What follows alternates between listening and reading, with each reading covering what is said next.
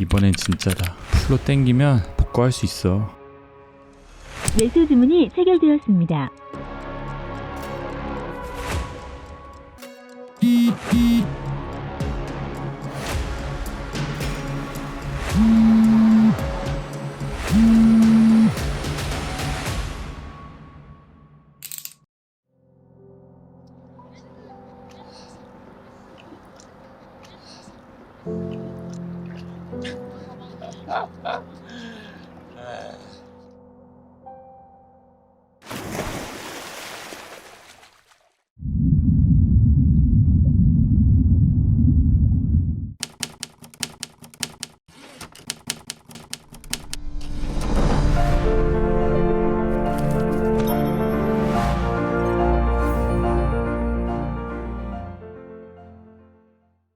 그 시대에 누가 부자냐? 부는 항상 소수한테 집중되고 대부분은 부가 없게 되는 거예요. 그러다 보니까 사건 사고가 많이 터졌어요.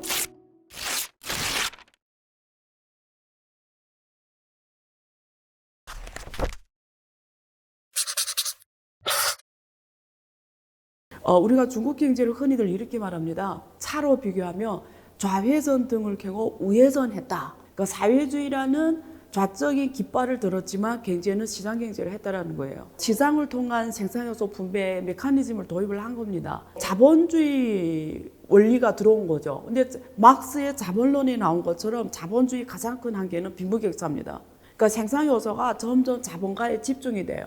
여러분 눈을 가만히 감고 생각해봐요. 노예 사회도 좋고 봉건 사회도 좋고 자본주의 사회도 좋아요. 우리가 이렇게 사회 발전에 따라서 그 시대에 누가 부자냐? 항상 부자가 누구냐? 공동한 특징이 있어요. 사회 형태는 다를지 몰라도 어느 시대를 막론하고 부자는 생산 요소를 가진 자가 부자예요. 그럼 노예 사회는 노예를 많이 가진 자가 부자일 거고, 봉건 사회는 지주제도, 토지를 많이 가진 자가 부자일 거고, 자본주의 사회는 자본을 가진 자가 부자예요. 그리고 지금은 정보 사회라고 해요. ICT. 정보기술 통신사회잖아요. 지금은 기술을 가진 자가 부자예요. 자, 이걸 생산요소에서 경제학에서는 생산요소는 토지, 자본, 노동, 기술이 4대가 생산요소입니다. 그러면 여러분들이 그냥 개인적으로 난 부자 되고 싶어. 내 인생 목표가 부자야 이러면 질문을 해야 돼. 내가 생산요소를 갖고 있냐? 노동력, 토지, 자본, 기술 4개 중 하나는 당신이 갖고 있어야 돼요. 노동력, 앞으로 로봇이 다 대체해요. 일반 일자리는 없어질 거예요. 그리고 자본, 항상 금융을 가진 자는 부자입니다. 모든 국가, 모든 사회. 그리고 토지, 모든 사회, 모든 국가 항상 부자. 자, 기술, 지금은 기술 가진 자가 부자입니다. 요즘에 엔비디아 약간 난리 났죠. 왜? 미래 산업의 기술을 갖고 있으니까. 배터리 난리 났죠. 왜? 미래 산업 기술이니까. 그러니까 이렇게 흐름에서 보면은 기술이 발전함에 따라 사회가 감에 따라 자본주의 요소, 시장 요소에 가는 사회는 빈부격차가 있기 마련이에요. 이런 생산 요소가 항상 상위 20%에 집중이 되고 대부분 80%는 없어요. 그러면 일반 대중으로 놓고 말할 때는 그냥 있는 게 노동력밖에 없어요. 내 몸뚱아리밖에 없어.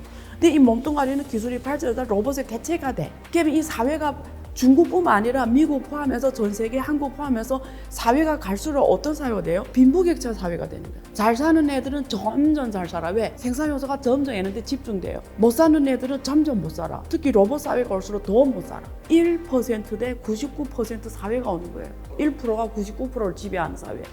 중국이 그렇다라는 거예요. 그러니까 원래 사회주의 돼서 다 같이 못 살았는데 자본주의 요소를 도입하니까 세계적 2위 국가가 된 거예요. G2. 좋은 것만 있는 게 아니라 결국은 지금 남겨진 문제가 과제가 삿더머니예요. 그 중에 하나가 빈부격차. 이 빈부격차 왜 맞냐?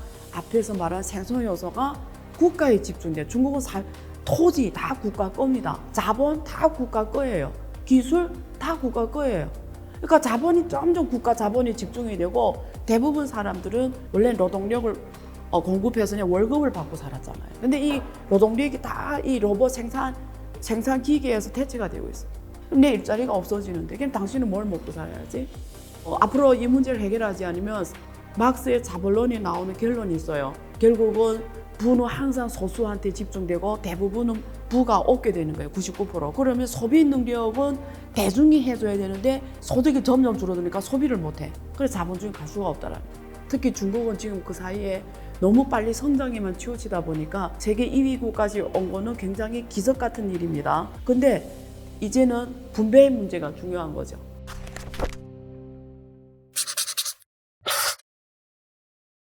(2023년) 양회에서 목표를 5% 똑같이 잡았어요. 그러니까 작년 양회에서도 5%, 올해도 5%. 그러면 작년 거 지금 봤더니 실현했냐? 중국의 지방자치 성시가 있어요. 31개. 근데 봤더니 5%를 달성 못한 성이 달성한 성보다 더 많아요. 근데 전국적으로는 평균은 5.2%예요. 작년에. 무슨 말을 하냐면 올해 작년하고 똑같이 5%를 했는데 글로벌 IB들은 5%를 못한다고 봐요. 대부분 4.5 전후, 높게 보면 4.8. 그 다음에 중국 국내 연구기관들은 대부분 5% 이상이에요. 중국 국내는 높게 보고 서방 IB들은 낮게 보고 이 상황인데요. 해외에서 봤을 때는 의외다, 좀 높게 잡았다 이렇게 말을 하는데 중앙정부가 5%로 제시한 거는 지금 중국 경제에서 가장 중요한 중앙정부가 해야 되는 역할이 뭐냐면 기업과 소비자들이 기대를 높이는 거예요.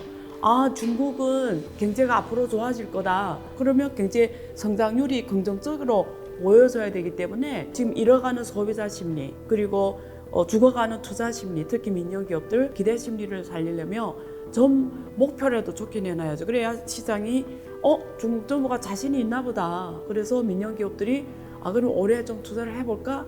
또 일반 국민들이 그럼 올해 조금 소비를 해볼까? 그래서 우리가 보통은 경제는 기대라고 말합니다. 그런 차원에서 5%라는 외국 싱크탱크 보기에는 좀 높게 잡았지만 중국 정부가 어떻게라도 경제 심리를 살리려고 하는 의도가 반영되지 않았나 이렇게 봅니다.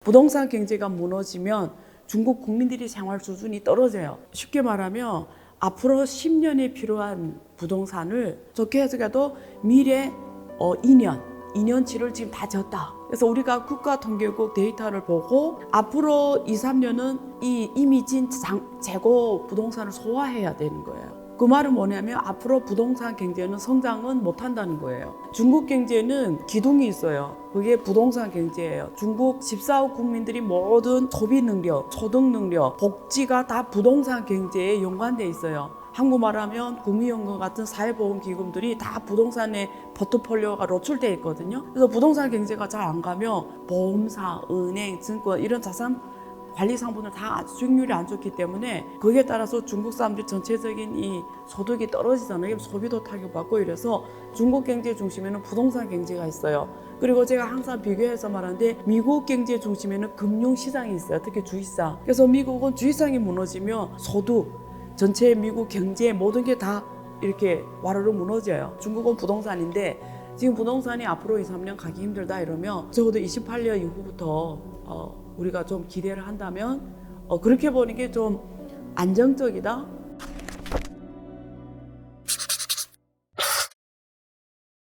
이 거시경제 지표입니다. 물가라는 거는 보통 두 가지를 봐요. 생산자 물가, 우리가 흔히들 PPI라고 하고요. 소비자 물가, 우리가 흔히들 CPI라고 합니다. CPI 같은 경우에는 지금 4개월 동안 계속 마이너스고 생산자 물가는 지금 16개월 계속 떨어지고 있습니다. 그러니까 무슨 말이냐면 시장에서 필요로 한 거는 이미 과잉이다. 중국은 고부가가치 산업, 소재나 이런 게 수요가 엄청 높은데 이런 거에 대해서는 미국이나 이런 유럽에서 공급을 안 해주잖아요. 그러니까 수입이 제한되고 필요한 거는 없고 이미 있는 건 과잉이고 그리고 아까 말한 것처럼 부동산 경제가 이렇게 무너지다 보니까 모든 요소들이 반영이 된 거예요. 그래서 떨어질 수밖에 없다. 이렇게 보시면 되겠습니다.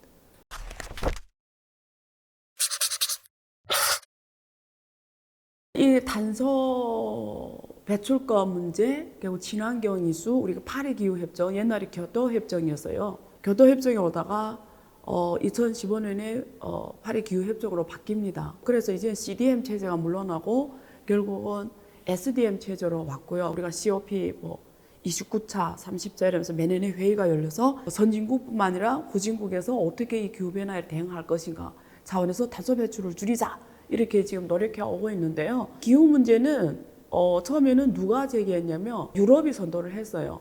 교토 협정부터 시작해서 왜냐하면 이 전 세계가 미국 주도로 가니까 전 세계 국제 질서의 주도권을 잃은 거예요. 그래서 새로운 국제 질서의 주도권을 갖고 가야 되는데 그게 뭘까? 생각한 게 환경 문제였어요. 사실 미국은 좀 이런 데서 적극적이지가 않았어요. 의외로. 그래서 탄소 배출권은 사실은 유럽이 제기한 거, 유럽이 주도해 갔어요.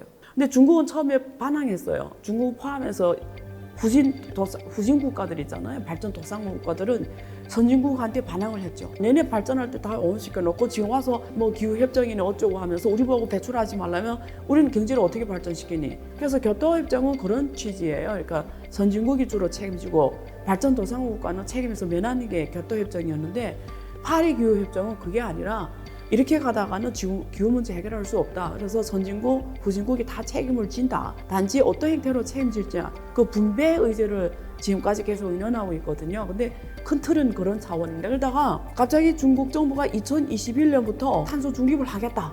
엄청난 이거는 센 이 공약을 한 거예요. 그래서 요즘에 중국 가면 기업들한테 인터뷰하잖아요. 지금 얘네 경영함에 있어서 가장 중요한 문제 이러냐면 환경부가 제일 세대요, 중국에서. 왜 환경부 제일 세냐? 그 1년에 배출할 수 있는 탄소 배출권 그 티어가 있어요, 티어. 그 티어를 못 받으면 1년에 1000개를 생산할 수 있는데 정부에서 받은 탄소 배출권 티어가 100개밖에 생산, 100개밖에 못 하는 거예요. 그래서 기업한테는 이제는 이 탄소 배출할 수 있는 그 티오를 받아오는 게 가장 중요하고 환경부가 힘이 제일 세지고 석탄은 못 쓰게 하고 다 신재생 에너지 쓰게 하고 강하게 했습니다. 그러다 보니까 사건 사고가 많이 터졌어요. 석탄은 동부삼성이 제일 많이 쓰거든요. 북방이잖아, 춥잖아요. 물을 끓여가지고 이렇게 난치에다 돌려서 난방을 하는데 석탄 쓰지 말라니까 한겨울에 막 난방을 안 하는 거예요. 막 얼어 죽게 생기고 막 이런 상황이. 그러니까 지방 관료들이 중앙에 정책을 갖다가 너무 극한적으로 실행하는 거예요. 그러니까 막 민간에서 막 지 아파트에서 막 이게 난방하니까 막 얼어 죽게 생겨버린 거예요. 그래서 이게 너무 극단적으로 가니까 야 그렇게 하지 말라. 그래서 이번에 작년 중앙경제공작회에서 나오고 이번 양회에서도 나오는 단어 중에 하나가 셀리 호프가 무슨 말이냐면 니 먼저 대안을 잊고 가고자 하는 개혁 방향으로 가라. 그래서 환경 문제도 중국 정부는 처음에 너무 강하게 하다가 지금 문제점이 많이 터지니까 일단은 설리후파라는 거. 이 신재생 에너지는 친환경인데 좋은데 안정적이지가 못하고 가격이 너무 비싸요. 현실에서 기업들한테는 엄청난 생산 비용 올라가 버린 거죠. 그동안 중국 정부는 일사천리로 뭔가를 하니까 이게 너무 부정적인 문제들이 많아서 그걸 지금 바로잡는 차원에서도 하고, 두 번째는 지금 친환경 문제를 놓고 전 세계가 미묘한 변화가 있어요. 원래 유럽이 주도했다고 했잖아요. 중국이 2021년부터 막 강하게 하니까 무슨 일이 일어났냐면 석유 자동차를 안 쓰게 된 거예요. 근데 석유 자동차는 전통 강국이 서방이잖아요. 유럽이 잘하고 미국이 잘하잖아요. 근데 석유 자동차는 이 세계에서 가장 공기 오염을 많이 시키는 주범이에요. 전 세계 공기 오염의 20-30%는 석유 자동차가 해요. 근데 중국이 친환경을 강하게 들이대니까 중국 자동차는 신재생 에너지 자동차로 가버렸어요. 그러니까 중국은 전기 자동차를 제일 잘하게 된 거예요. 전 세계가 신재생 에너지 자동차 시대로 가버리니까 중국이 전기 자동차를 제일 잘하면서 전 세계 자동차 수출 강국 1위가 됐어요. 이게 되게 웃기니, 이게 예를 들면 중국 축구가 세계 1위 한 거와 똑같은 개념이에요. 우리가 보통 자동차이라면 중국은 낙후한 국가였거든요. 근데 이제 자동차 수출국 1위가 일본이 아니라 중국입니다. 그게 친환경 이슈 때문에 그래요. 중국 전체가 전기 자동차로 가버렸고 친환경 자동차로 가버렸는데 해외는 석유 자동차가 세고 석유 엔진, 가솔린 자동차 주로 쓰다 보니까 이게 전기 자동차가 힘을 못 받은 거예요. 발전이 안 된 거예요. 그러니까 중국이 전기 자동차를 앞서서 세계 시장을 석권해버린 거예요. 그래서 유럽이 생각한 게 이런 거죠. 친환경 한다 놓고 자기가 아젠다를 제시했는데 이걸 제일 잘 갖고 노는 게 중국이 돼버린 거예요.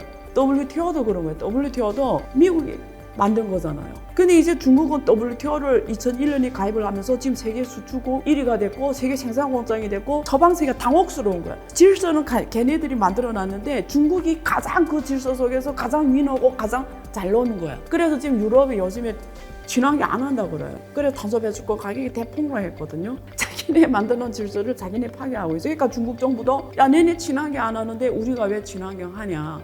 그래서 지금 세계가 혼란이 빠졌어요. 도대체 기후변화를 어떻게 해야 돼. 이러다가는 지구가 조기에 멸망할 확률이 있어요.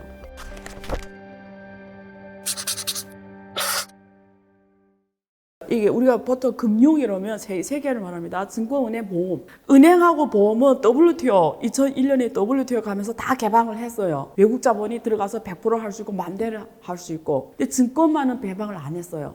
그러다가 점진적으로 개방해 왔어요. 점진적으로. 그러다가 몇 년 전에 해외 증권사들 들어와서 100% 할 수 있다. 이렇게 해놨어요. 근데 뭐가 개방이 안 됐냐면 자본 항목이 개방이 안 됐어요. 좀 전문적인 표현이라서 제가 쉽게 말하면 여러분 은행 가서 달러를 바꾸겠다 이러면 그 은행이 꼬치꼬치 물어요. 왜? 무슨 일에? 왜 해외 보내? 어떻게 어떤 제안을 하거든요. 근데 보통 자본 항목이 개방되면 이런 말을 해요. 한국은 자본 항목이 개방된 나라예요. 그래서 1999년에 외화 위기 왔어요. 무슨 말이냐면 해외 자본이 한국 주식시장이 확 들어와요. 한국 주식은 싸다 이러면 해외 달러가 원화로 바꿔가지고 한국 주식시장이 확 사버리고 한국이 경제가 위기가 있냐면 확 팔아서 쑥 나가버려요. 그거 한번이라고 해요. 한 번에 들어왔다 쑥 나가버리면 위기가 와버려요. 그래서 한국 외화 위기 때려 맞은 거예요. 그래서 중국 정부가 한국 그때 당시 경험을 삼아서 야 중국은 자본 한번 개방하면 안 되겠다. 왜? 이 자본을 제일 갖고 잘 노는 나라가 미국하고 유럽인데 우리가 괜히 자본 한번 개방했다 한국처럼 외화 위기 맞으면 안 되잖아요. 달러가 많은 것도 아니고 블랙락 같은 애들은 10조 달러로 움직입니다. 한국 GDP가 2조 달러 안 돼요. 한국 같은 나라를 5개로 운영한다는 거예요. 블랙락이 10조 달러를 들고 중국 들어가 보면 중국 시장이 지금 GDP가 17조 달러고 중국 주식시장이 다 합해봐자 10조 달러 조금 넘어요. 미국 자산관리공사 하나가 중국 주식 다 먹어버리면 어떡해요. 올려놓은 다음에 확 팔고 나가버리면 나라가 망하잖아요. 그러니까 네가 중국 채권시장 주식시장 사고 싶어? 마음대로 못 사. 그래서 들어갈 때 승인 받아요. 그걸 우리가 QF 전문용어로 QF라고 합니다. QF 못 받으면 중국 못 들어가요. 그래서 이렇게 제한된 개방을 했고 그 다음에 또 뭐가 있냐면 후광퉁, 성광퉁이라는 거 있어요. 바로는 못 들어오는데 홍콩을 거쳐 들어와. 그게 무슨 말이에요? 문을 하나만 열어놓은 거예요. 그냥 그것만 지키면 돼. 얼마 들어오냐. 쉽게 말해서 해외 자본이 많이 못 들어가서 전체 중국 자본시장에서 주식시장, 채권시장 합해봤자 10% 안 됩니다. 5% 좀 넘어요. 일단 규모가 안 크고 거기에 들어갔다 나갔다 하는데 그거 가지고 뭐 주식시장에 들어갔다 팔았다 다 나간다 이렇게 하기에는 안 맞다. 그리고 걔네는 이 자본들 있잖아요. QF로 들어가든 후한스가든 얘네는 항상 기회를 봐요. 중국 시장이 지금 싸네. 들어가야 되겠어. 중국 시장 지금 비싸네. 나와야 돼. 얘네는 이렇게 돈 버는 애들이에요. 이런 걸 놓고 외국 투자를 놓고 지금 다 나온다. 다 들어간다. 이런 표현 자체가 사실 의미 없어요. 오히려 어떻게 투자자들로서 얘네 움직임을 봐야 되냐면 얘네 나온다. 그럼 언젠간 다시 들어갈 테니까 얘네 동태를 살펴서 얘네하고 같이 움직여주면 좋겠죠. 얘네는 정보가 가장 많은 애들이니까 얘네는 승산이 없으면 안 들어간단 말이에요. 오히려 얘네 움직임을 벤치마킹 해가지고 따라서 중국 투자를 하면 돈을 벌죠. 네.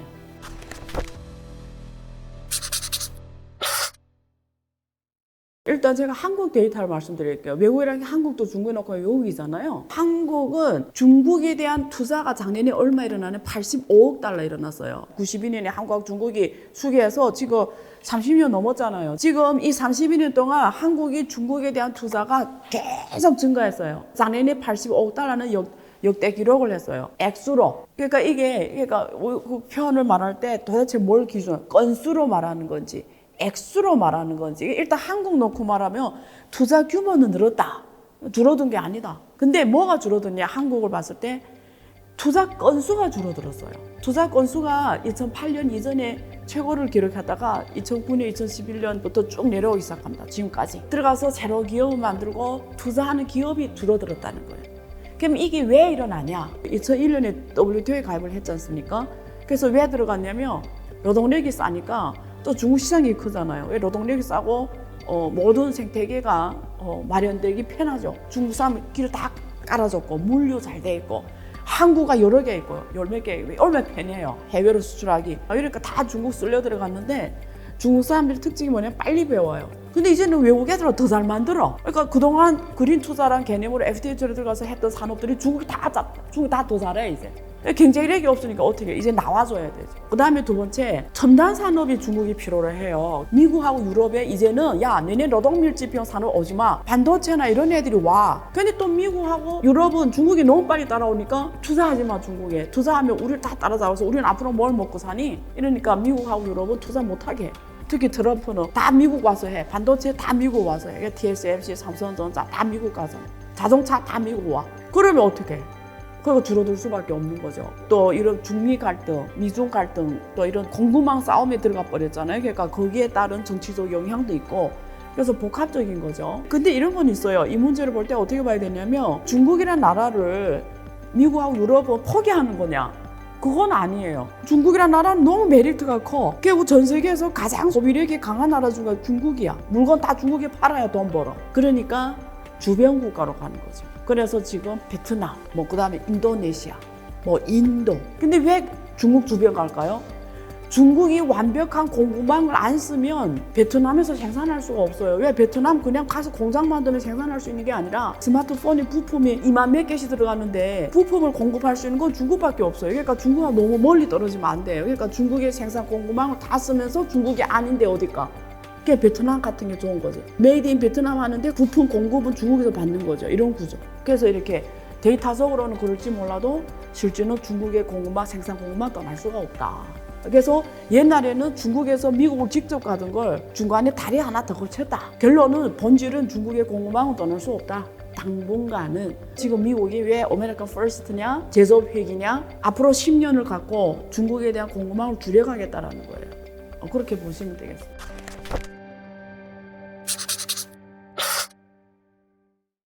중국에서 민심이라는 거는 코로나 때 그 마스크를 계속 끼게 다니겠고 봉쇄를 했잖아요. 중국 정부는 안전 문제 때문에 코로나 사태를 오래 풀지 않았어요. 그래서 중국 사람들이 3년 넘게 갇힌 상태에서 생활하다 보니까 재작년 12월에 백지 시위라고 하죠. 시위가 일어나서 당시에 12월에 하루아침에 풀어버립니다. 방역을. 당시에 처음으로 중국 사람들의 어떤 중앙정부 방향에 따라서 다른 행태를 보여서 결국 또 중국 공산당 정부가 거기에 즉시적으로 따라줘서 문제 해결을 한 겁니다. 근데 도대체 중국 사람들이 어떤 생각을 하냐? 이거는 서방에서 나오는 한두 가지 사건 가지고 전반 중국 사람들이 그렇게 생각하냐는 말할 수 없어요. 중국 민심은 이렇게 봐야 돼요. 지금 중국에서 메인 계층, 주요 이렇게 사회 중심을 구성하는 계층은 저 나이대예요. 80년 이후 출생과 70년 이후 출생이 사회의 주도 계층. 이 사람들이 생각이 중요한데 어떤 사람들이냐면 과거에 완전한 사회주의에서 살아본 경험이 있는 사람들이에요. 그러니까 중국 경제가 얼마나 낙후했는지를 경험한 사람들이에요. 근데 지금은 중국 경제가 얼마나 올라왔는지를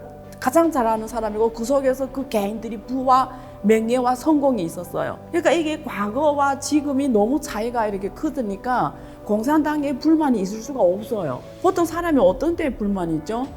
내가 원래 이 생활질이었는데 이 생활질보다 떨어지면 불만이에요.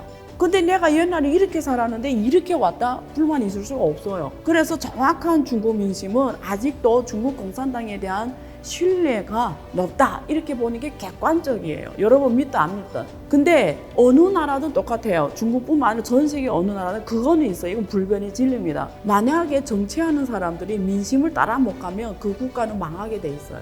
그게 우리 그런 말 있잖아요. 바닷물은 배를 띄웁니다. 동시에 바닷물은 배를 뒤집어 놓을 수가 있어요. 그래서 우리가 보통 바닷물을 민심이라고 해요.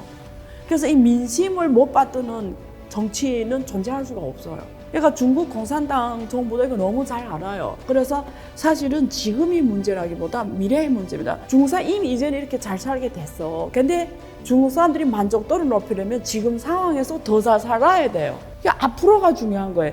앞으로 10년이 지나는데 지금처럼 오히려 경제가 안 좋은 양상을 보여주면 미래가 과거보다 떨어지면 민심이 어떻게 되겠어요? 변하는 거죠. 그래서 중국 민심을 볼 때는 정확하게 지금을 보는 게 아니라 미래 민심을 변할 수는 있다. 그래서 지금 시진핑 지도부를 포함해서 오히려 미래가 가장 큰 과제에 맞붙인 거죠. 맞닥뜨린 거죠.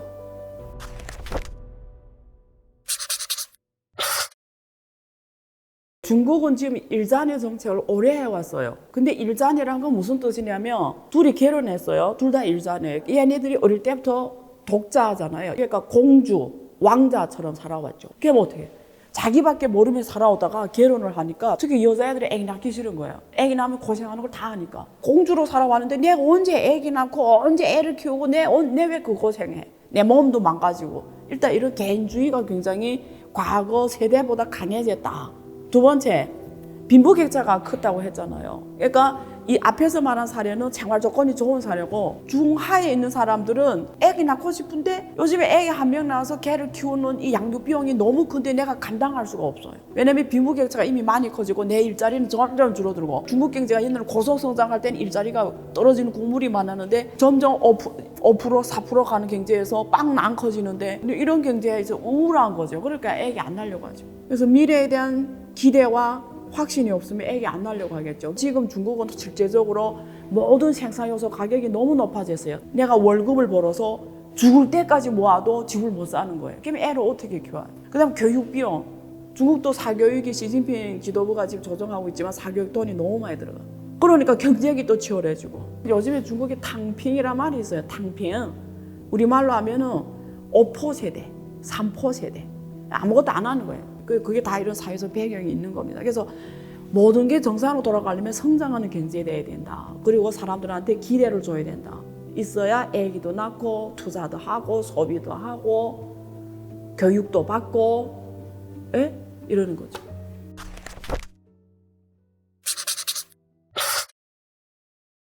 가장 크게 타격 준 건 중국 이미지에 타격 준 상해 봉쇄입니다. 아마 이럴 정도의 타격은 뭐 생각해서 그 정책을 펼친 것 같아요. 근데 상하이는 사실 중국의 상하이라보다 국제 도시입니다. 그러니까 전 세계 사람 다 상하이 가서 산다고 보면 돼요. 그래서 그런 걸 감안해서 조심스럽게 정책을 펼쳤어야 되는데 그때 봉쇄하면서 외국인들이 많이 고립됐어요. 근데 그때 당시에 이 아파트에서 공급하고 이렇게 워챗으로 물품들을 이렇게 막 경매하는 것처럼 빨리 해서 내가 사와야 되는데 외국인들이 그게 안 되잖아요. 그러면서 많은 문제가 터지면서 중국에 대한 불만이 많이 커졌고 거기에 대한 명확한 대안이나 이런 게 보이지 않는 상황에서 이러다 보니까 해외에서는 많이 실망한 부분이 있었죠. 그래서 중국 정부는 앞으로 이런 걸 많이 되찾아와야 되겠죠. 우리가 소프트 파워라고 하거든요. 이런 거 다 소프트 파워예요. 그러니까 한 나라 이미지를 어떻게 갖고 갈까. 그러니까 미국이라는 나라가 꼭 과학기술 군사 실력, 금융 실력 이런 것보다도 미국이 문화를 많은 사람들이 선호하는 게 그냥 생각하는 게 있죠. 미국 영화, 헐라이드 영화 이런 미국 문화가 전 세계에 많이 깊숙이 들어가 버린 거예요. 그러니까 미국이 뭐 하면 다 좋아 보이고 미국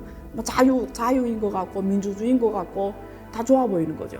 그게 소프트 파워거든요. 그게 이렇게 한 국가의 홍보 능력이에요. 경제 파워만 강하면 안 되고 소프트 파워 강해. 이게 문화의 힘이에요. 문화 힘.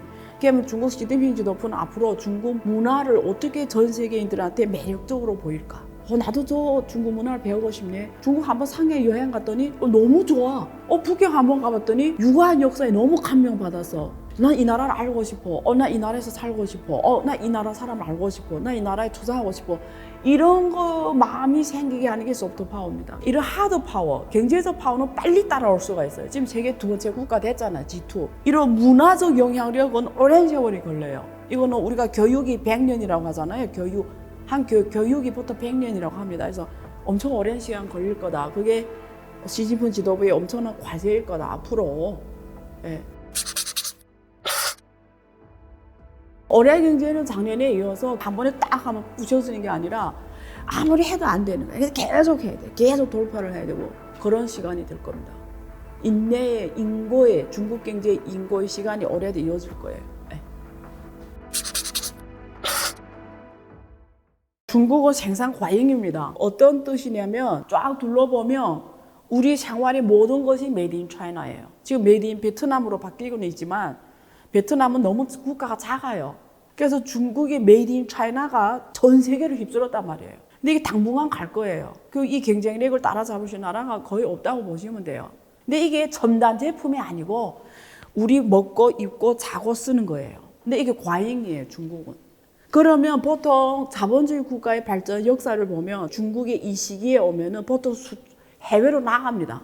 기술과 자본을 들고. 이게 중국이 언제부터 이루어졌냐면 2010년 이후부터 본격화됐어요. 국내는 이미 넘쳐나고 과잉이니까 중국 자본가들이 성장하려면 해외로 나가줘야 되는 거예요. 그러던 차에 미국이 딱 너 못 나와. 너 안에서만 처박고 살아 이렇게 된 거예요. 근데 중국은 물건을 해외 팔아야 돼요. 그래서 1대1로 선상의 국가들이 68개인가 있는데 지금 더 많아졌죠. 중국에 있는 많은 생산 요소와 많은 기술과 자본을 갖고 주변 국가에 가서 길도 뚫어주고 항구도 만들어주고 공장도 지어주고 이러면서 중국이 넘쳐나는 이런 자재들을 거기다 투자하고 쓰면서 소화를 하는 부분이 중국 경제의 영착륙 때문에 그 2013년부터 추진해 왔어요. 시진핑 지도부가 올라와서. 그 다음에 지금 점점 2018년부터 트럼프 미국 정부 때부터 무역 전쟁이 터졌고 지금 점점 미중 간 갈등, 중미 간 갈등이 급격하게 확대되면서 지금 드디어 기술 패권 전쟁 싸움으로 왔고 또 막 군사 열전까지 막 있냐 없냐 이슈까지 왔어요. 그러니까 중국 기업들이 해외 진출이 점점 공간이 줄어들고 힘들어진 거죠. 그 중국 경제는 또 점점 이렇게 저성장, 중저성장. 그러니까 점점 경제가 지금 어려워진 상황에 과잉이니까 이럴 때 직구 플랫폼이 엄청 큰 힘을 발휘하죠. 직구 플랫폼이라는 게 뭐예요? 쉽게 말하면 중국 안에, 본토 안에 있는 물건을 해외 사람들한테 판다는 거예요. 알리익스프레스하고 핀도어의 테무, 얘네는 직구 플랫폼이에요. 알리익스프레스나 그 테무를 통해서 중국에 물건 사요. 물건은 중국에 있어요. 중국 사람 만들어요. 그걸 배를 타고 물건이 미국까지 가는 거죠. 근데 보통 물건이 주변 국가 사람들 가장 많이 사가요. 미국이 아무리 대단해도 무역을 주로 캐나다하고 멕시코하고 해요. 중국도 주로 주변 국가하고 무역을 합니다. 그래서 한국은 국토가 작은데 경제 규모는 세계 10위입니다. 그래서 경제 대국이에요. 그래서 중국에 있어서 한국은 제4위 무역 국가예요. 한국이 절대 작은 나라 제4위입니다. 어마어마한 거예요. 한국도 똑같아요. 한국도 주로 누구하고 장사를 해요? 주변 국가하고 하게 돼요. 이게 그래서 우리가 지리적 운명이 국가의 운명을 결정한다 이런 말이 나와요. 특히 한국, 중국, 일본은 문화가 같잖아요. 다 유교 문화권. 좋아하는 게 비슷해. 이쁘다, 멋있다, 비슷해. 문화가 같단 말이야. 저 나라 물건을 좋아할 확률이 되게 많죠. K-pop 중국 사람들 얼마나 좋아요. 한국의 패션 중국 사람들 얼마나 좋아해요. 똑같죠. 한국 요즘에 그 중국 한국로 그다음에 중국의 마라탕, 그 중국 음식을 좋아할 게 많아요. 근데 문제가 뭐냐면 한번 사보시면 알겠지만 저도 사봐서 알지만 물류 시간이 너무 길어. 내가 테무에서 샀는데 3주 지났는데 안 왔어요. 지금도 못 받았어요. 이거 무슨 문제예요? 물류 문제예요. 물류. 그러니까 알리익스프레스에 일찍 들어왔잖아요. 이 문제 파악을 한 거지. 그러니까 한국에다 물류를 짓겠다는 거죠. 물류 창고 대대적으로. 근데 그런 게 있어요. 인사이트가 여기에서 이런 걸 받아야 돼요. 앞으로는 생존하는 기업이 몇 개 없어요. 그 중에 섹터 중에 하나가 앞으로 필요한 건 물류밖에 없어요. 이제는 공장도 있잖아요. 여러분 옛날처럼 설계자가 IP를 설계하고 엔지니어 R&D하고 물건을 만들어서 마케팅 부서를 통해 파는 시대는 끝이 났어요. 이제는 먼저 주문을 받고 바로 공장에 우리가 C2M이라고 해요. 이거 무슨 말이냐면 이제는 중간 유통이 없어졌어요. 그럼 이제 남은 게 물류밖에 안 남았어요. 앞으로 물류도 로봇이 다 하죠. 드론. 이번에 중국 양회에서 시진핑 정부가 가장 많이 말한 게 뭔지 알아요? 중국말로 디공징지라고 해요. 저공경제. 드론. 예, 낮게 나는 거. 그 UAM. 우리 항공택시래. 이런 경제를 대대적으로 발전시켜. 중국 시진핑이 뭘 읽었죠? 미래는 물류다. 물류를 장악한 자가 세계를 장악한다. 이제 남은 거 이거밖에 없습니다. 그런 차원에서 알리익스프레스가 하는 거고요. 테무도 할 거고요. 그걸 누가 잘하냐에 따라서 그 플랫폼 기업이 생존이 결정될 겁니다. 네. 테무나 이런 알리익스프레스는 한국 사람 들어가 봤더니 싸다. 너무 좋다. 써봤더니 질도 안 나쁘네? 그럼 어떻게? 수요가 엄청나게 해서 급격하게 지금 성장했잖아요. 그래서 지금 알리익스프레스 2위인가 그렇죠? 지금 쿠팡이 1위고. 테무가 작년에 7월에 들어왔는데 지금 이미 4위인가? 그렇잖아요. 그게 다 수요가 있다는 거거든요. 그리고 빅데이터로 해요. 이게 우리 사잖아요. 그러면 이 동네에 대충 어떤 물건을 어느 정도 수요하다 빅데이터로 추정을 해요. 그게 거의 맞아요. 중국 앱들이 그런 기술이 정말 좋아요. 그러면 한국이 이 시기에 이런 물건을 이만큼 필요하고 다 빅데이터로 추정하는데 그게 거의 맞다고 보시면 돼요. 근데 핀도어도 정말 잘해요. 이거 테무가. 로봇이 상품을 구성하고 팔고 하다 보니까 다 데이터로 잡혀요. 그러면 물류 창고를 재놓으면 그 빅데이터에 근거해서 먼저 그 물건 갖다 놓는 거죠. 그러면 쿠팡처럼 빨리빨리 와요. 그걸 한다는 거예요. 그러면 쿠팡이 위태위태해지겠죠. 어차피 쿠팡 많은 물건이 중국에서 와요, 솔직히. 그러니까 생태계는 중국에 있다는 거예요. 생산 공급망은. 자, 누가 빨리 좋은 걸 싸게 주냐의 싸움인데 이제 그까지 물류 창고까지 지면 어떻게 돼? 그 거리가 줄어드는 거지. 다양화성에서는 중국을 뭐 이겨요? 똑같은 등이다. 중국은 수천 종이 있는데 쿠팡이 제공할 수 있어요? 다양성 싸움에서 이길 수가 없어요. 그러니까 전략이 필요해요. 답은 사실 나왔어요. 쿠팡이 변하지 않으면 잡힐 거예요. 네. 이것도 재밌는 이슈예요. 틱톡을. 여러분 우리가 옛날에 무슨 플랫폼, 앱, IT, 스마트폰 다 해외가 강했죠. 중국은 순위에도 없었죠. 근데 언제부턴가 스마트폰, 반도체도 이제는 중국이 후진국이 아니에요. 반도체는 어떤 영역이 없는 거지. 반도체도 사실은 전 세계 시장에서 차지하는 비중이 한국보다 높아요.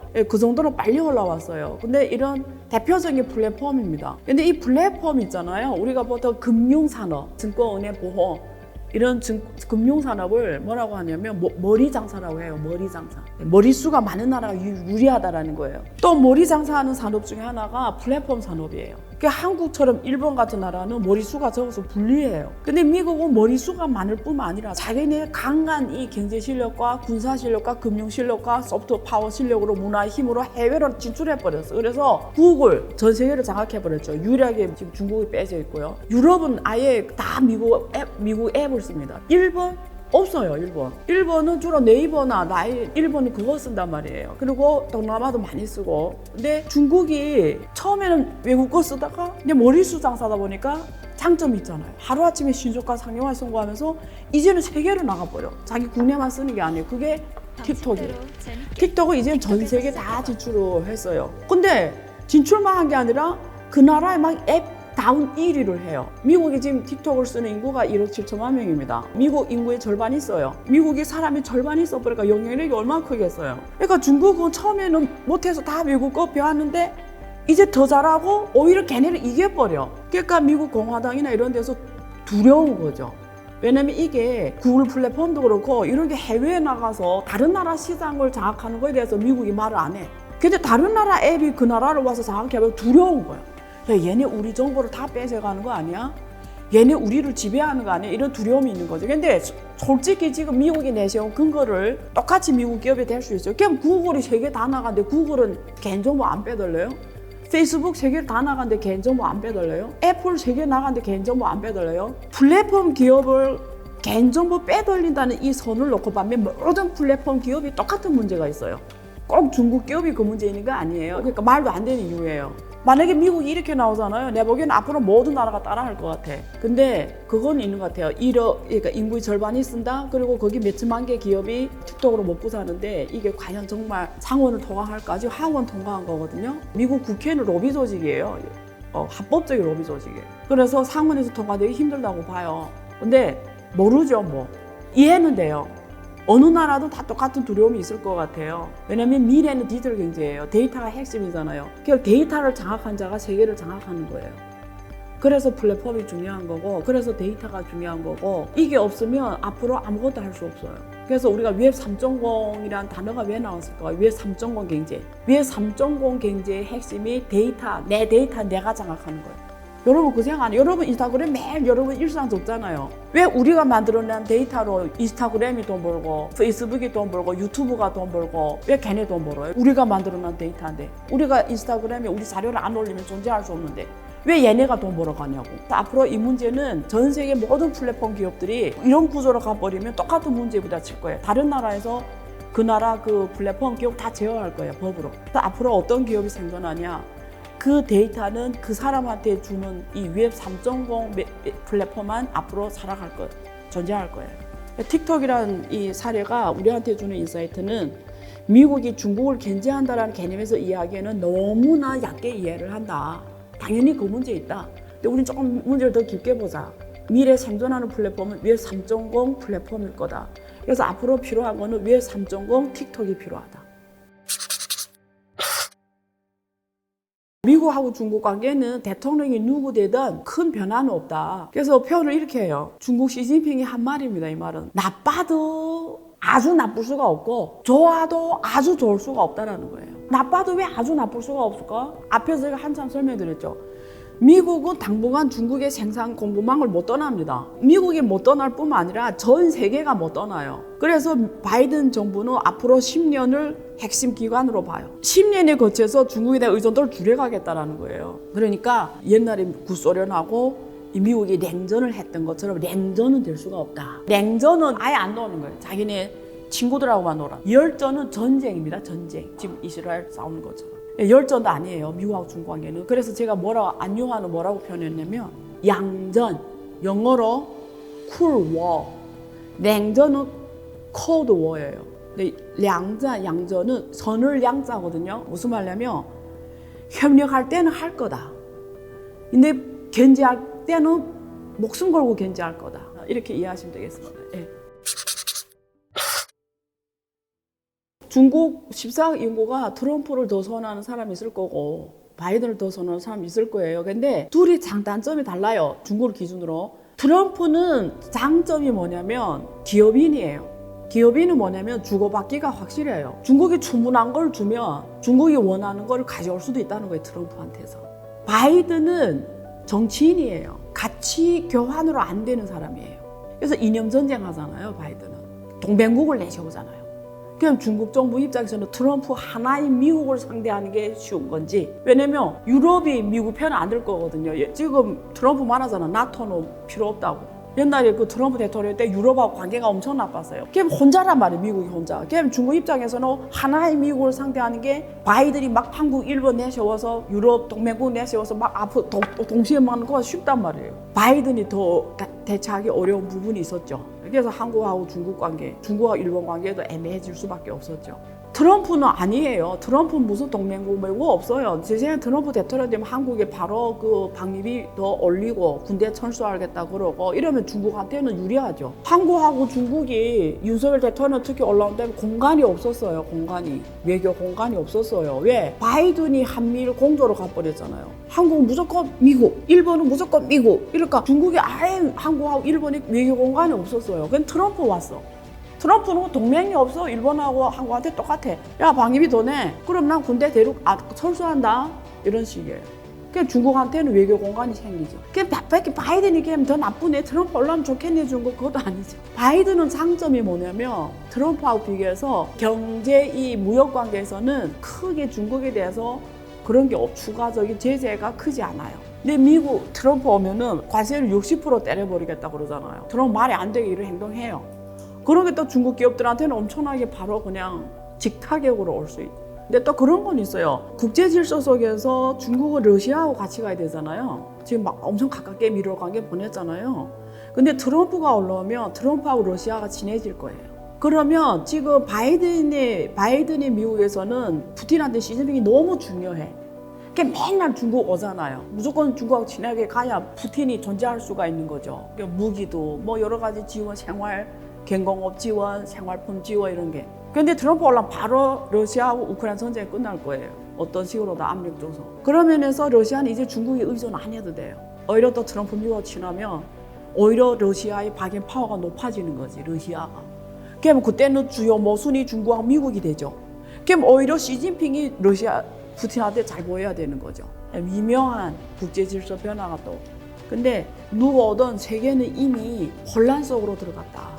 옛날에 춘추 전국 시대 아시죠? 춘추 전국 시대 맨날 전쟁이 났잖아요. 중국이 수십개의 나라들이 서로 맨날 싸우고 그냥 맨날 전쟁 속에서 도탄에 빠져버린 거예요. 지금 세계가 그렇게 됐어요. 아예 미국이 최강이 됐으면, 그러니까 아예 그냥 정말 옛날처럼 최강이면 오히려 전 세계가 이렇게 하나의 질서 속에서 미국 질서 돌아갔는데, 그래서 글로벌화가 급격하게 전개됐잖아요.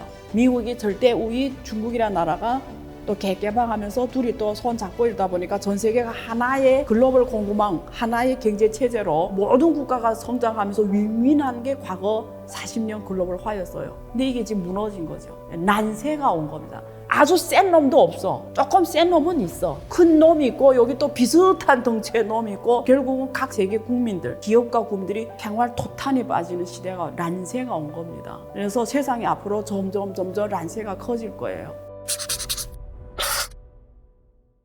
그래서 나는 이거 농담으로 하는 건데, 바이든 미국과 윤석열 정부, 일본의 정부가 이렇게 치밀하게 갔잖아요.